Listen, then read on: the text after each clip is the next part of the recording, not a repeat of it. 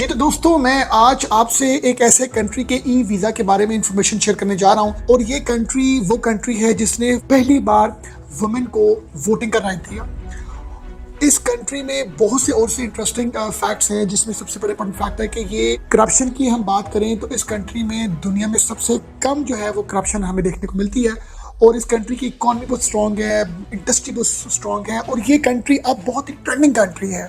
देखिए, कनाडा ने अपनी इमिग्रेशन पॉलिसीज बहुत स्ट्रिक्ट की हैं, हमें देखने को मिलता है कि लोगों को बहुत से चैलेंजेस का सामना है, तो अब ये कंट्री बहुत ट्रेंडिंग है। यूके, यूरोप में ऑलरेडी बहुत ज़्यादा जो है वो एक क्राउडेड, मतलब एक जो है वहाँ पर ओवरलोड हो चुका है। तो ये एक कंट्री है जहाँ पर हमें पीस मिलता है, जहाँ पर हमें जॉब ओपनिंग्स भी मिलती हैं, जहाँ पर हमें जॉब अपॉर्चुनिटीज़ मिलती हैं, बिजनेस अपॉर्चुनिटी मिलती हैं। तो ये कंट्री बहुत ही ज़्यादा ट्रेंडिंग होने जा रहा है। इस कंट्री का नाम है न्यूजीलैंड। ये मैंने आपके साथ एक जनरल सी इंफॉर्मेशन न्यूजीलैंड की शेयर की है। मैं अब आपके साथ जो है वो सारी जो डिटेल्स है वीज़ास के बारे में शेयर करूंगा, क्योंकि बहुत सा एक हमें हाई कंपटीशन, टफ कंपटीशन देखने को मिलता है। ये कंट्री एक ट्रेंडिंग है। इस कंट्री में आपको ई वीज़ा आप हासिल कर सकते हैं, बगैर अपॉइंटमेंट के आप वीज़ा हासिल कर सकते हैं, आपको एम्बेसी जाने की ज़रूरत नहीं है, आप ऑनलाइन वीज़ा अप्लाई कर सकते हैं।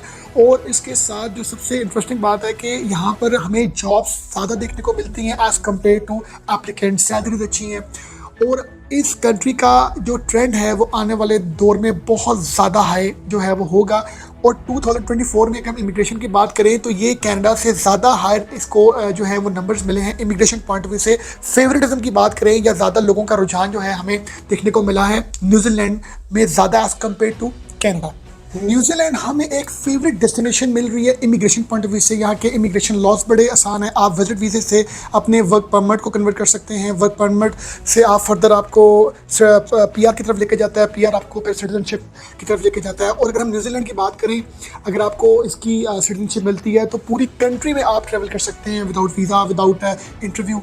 तो हम स्पेसिफिकली बात कर रहे हैं न्यूजीलैंड की। आज की वीडियो स्पेशल क्यों है, इसमें मैं आपको बताऊँगा कि न्यूजीलैंड इमिग्रेशन ने विजिट वीज़ा से रिलेटेड अपनी चीज़ें अपडेट की अपनी ऑफिशियल वेबसाइट में।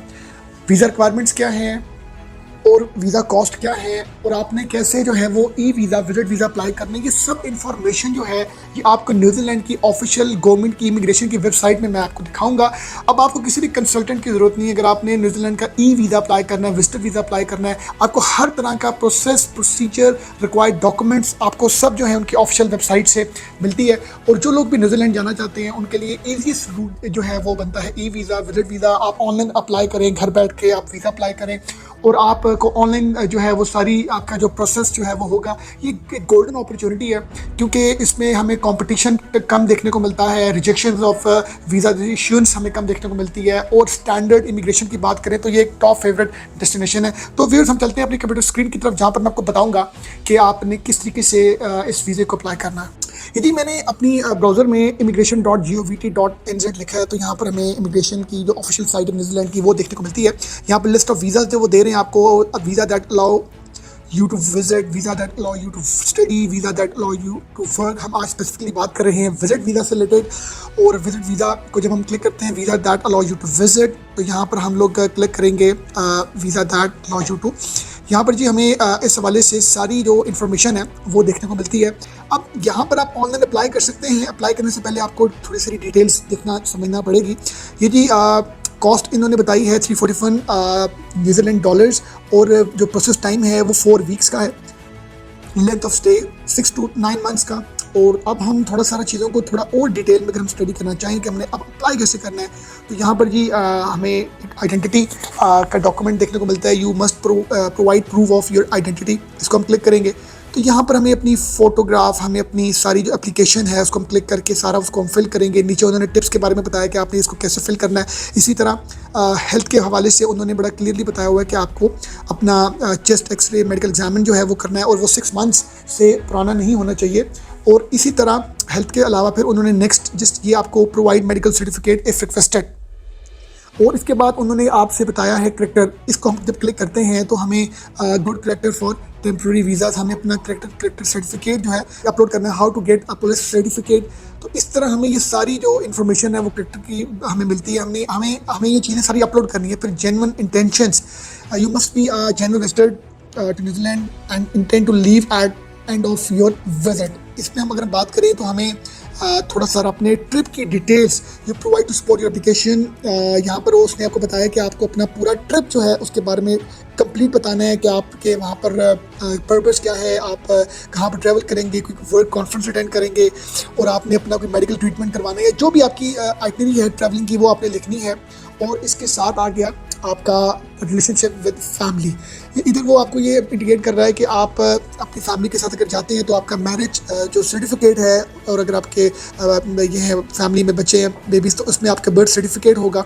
और इसके साथ आपको अपनी ये सारी चीज़ों को अपलोड करना है। और अपलोड करने के अलावा फिर नेक्स्ट स्टेप है ये online visa, e visa apply करने की सारी डिटेल्स आपको गवर्नमेंट ऑफ न्यूजीलैंड की ऑफिशियल वेबसाइट से देखने को मिल रही है। फंड्स एंड स्पॉन्सरशिप वो आपको बड़ा क्लियरली इंटीमेट करा है, if you are paying for yourself, अगर आप खुद से अपना वीज़ा अप्लाई करते हैं तो 1000 जो है न्यूजीलैंड डॉलर पर मंथ के आपके अकाउंट में शो होने चाहिए। और इसके साथ या 400 जो है आपका डॉलर्स पर पर्सन, मीन्स कि अगर आप फैमिली के साथ जा रहे हैं तो 1000, और अगर आप अकेले जा रहे हैं तो $400 आपके शो होने चाहिए अकाउंट में। और आपके पास ये फंड्स जितने आप जा रहे हैं डेज के अकॉर्डिंगली उतने आपके फंड्स होने चाहिए, आपका प्रूफ ऑफ एकोमोडेशन होना चाहिए आपके पास। ये देखिए जी, ये सब चीज़ें उन्होंने क्लियरली मेंशन की हैं ये अपनी ऑफिशियल साइट में, ताकि आप अपने इन सब चीज़ों को रिक्वायरमेंट्स को मीट कर सकें। यहाँ पर आपने उन्होंने क्राइटेरिया भी बताया हुआ है, अगर आप किसी को स्पॉन्सर कर रहे हैं या स्पॉन्सरशिप आपको आ रही है तो इसी तरह ये उन्होंने सारा process to become a sponsor और पेइंग फॉर कंट्री केयर, इस तरह उन्होंने सारी इन्फॉर्मेशन जो है अपनी ऑफिशियल वेबसाइट में मेंशन की है। ये हेल्थ केयर के हवाले से उन्होंने ये कहा है कि आपको अपनी हेल्थ इंश्योरेंस करवाने की, मेडिकल इंश्योरेंस करवाने के लिए आप अगर विजिटर वीज़ा में जाते हैं तो वो भी आपको अपनी करवानी चाहिए, वो भी लाजम है। और ऑनवर्ड ट्रैवल यहाँ पर अगर हम बात करें तो उन्होंने सारी टिप्स बताई हैं कि आप जब भी विजिट वीज़ा के लिए ट्रैवल करें तो आप रिटर्न टिकट अपनी लें। और इसमें इन सब चीज़ों को फुलफ़िल करने के बाद आपका जो मेन जो प्रोसीजर है वो है आपने ऑनलाइन अप्लाई करना है। ऑनलाइन अप्लाई यहाँ पर उन्होंने कॉस्ट के हवाले से बता दिया आपको, यहाँ पर हाउ टू सबमिट का बता दिया, और इसी तरह उन्होंने कंडीशंस बता दी आपको। ये सब चीज़ें आपको इस गवर्नमेंट की ऑफिशियल साइट में देखने को मिलती हैं विजिट वीज़ा के हवाले से। अब आप अगर आप लोग इंटरेस्टेड हैं तो फिर आप अप्लाई ऑनलाइन को क्लिक करेंगे, यहाँ पर अपना आप लॉगिन करेंगे। ये जी लॉगिन करने के बाद इस तरह आपसे ये सारी डिटेल्स पूछेगा अपना ऑनलाइन अपनी ई वीज़ा अप्लाई करने के हवाले से। यहाँ पर अपना आप अकाउंट क्रिएट करेंगे, अपना यूज़र आईडी, पासवर्ड, और वो जो सारी इन्फॉर्मेशन मैंने आपको कही है वो इन्फॉर्मेशन जो आपसे यहाँ पर नीचे डिस्कस हुई है ये सारी आपको एंटर करनी है। Identity, health, character, genuine intentions, relationship with family, fund, sponsorship, health care, onward travel, ये सब चीज़ें। और ये इंग्लिश ट्रांसलेशंस ये बड़ी इंपॉर्टेंट है कि आप जब भी ट्रैवल करें तो आपको अपनी जो भी अपने डॉक्यूमेंट्स हैं उनको आपको ट्रांसलेट करना लाजम है। तो ये सब इन्फॉर्मेशन आप अपलोड करने के बाद अपने इस पोर्टल में तो आप वीज़ा अप्लाई कर सकते हैं। और जैसे कि उन्होंने बड़ा क्लियरली बताया हुआ है कि 4 वीक्स का प्रोसेस है, और कॉस्ट उन्होंने बताई 341, और साथ उन्होंने बताया कि 6 to 9 मंथ्स का ये लेंथ ऑफ स्टे का ये वीज़ा है। तो व्यूअर्स ये वो सारी इन्फॉर्मेशन थी जो मैंने आपके साथ शेयर की, जहाँ से आप अब अपने डेस्कटॉप में बैठ के ई वीज़ा अप्लाई कर सकते हैं न्यूजीलैंड का, और दुनिया के एक बेस्ट टॉप ट्रेंडिंग कंट्री का हिस्सा बन सकते हैं और उसका एक्सपोजर हासिल कर सकते हैं। वहाँ पर जाकर काम ढूंढ सकते हैं, वहाँ पर सेटल्ड हो सकते हैं, अपने विजिट वीज़ा को कन्वर्ट कर सकते हैं वर्क वीज़ा में। और ऑब्वियसली जब वर्क वीज़ा आपको मिलता है तो फिर आप आगे PR की तरफ जा सकते हैं, सिटीजनशिप की तरफ जा सकते हैं। आई होप कि सारी इन्फॉर्मेशन आपके लिए हेल्पफुल साबित हो। अपना ख्याल रखिएगा। Thank you very much.